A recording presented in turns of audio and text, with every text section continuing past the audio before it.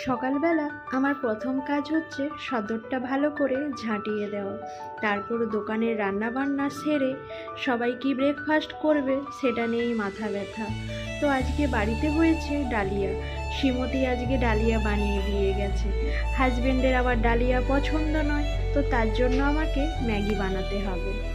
বাড়িতে বয়স্ক মানুষ থাকলে কম তেল কম মশলা দিয়ে রান্না বান্না হয়। অনেক সময় হাজবেন্ডের পছন্দ হয় না।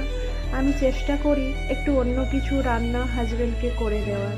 সবসময় আমার হাজবেন্ডের খুব পছন্দ এই ভাজা ম্যাগিটা। বেশিক্ষণ টাইমও লাগে না, চট করে হয়েও যায়, আর বেশি উপকরণও লাগে না। আমি যখন তোমাদের সাথে কথা বলি কোনো কিছু ভেবে বলি না, আমার মুখে যাই আসে আমি তাই বলে ফেলি।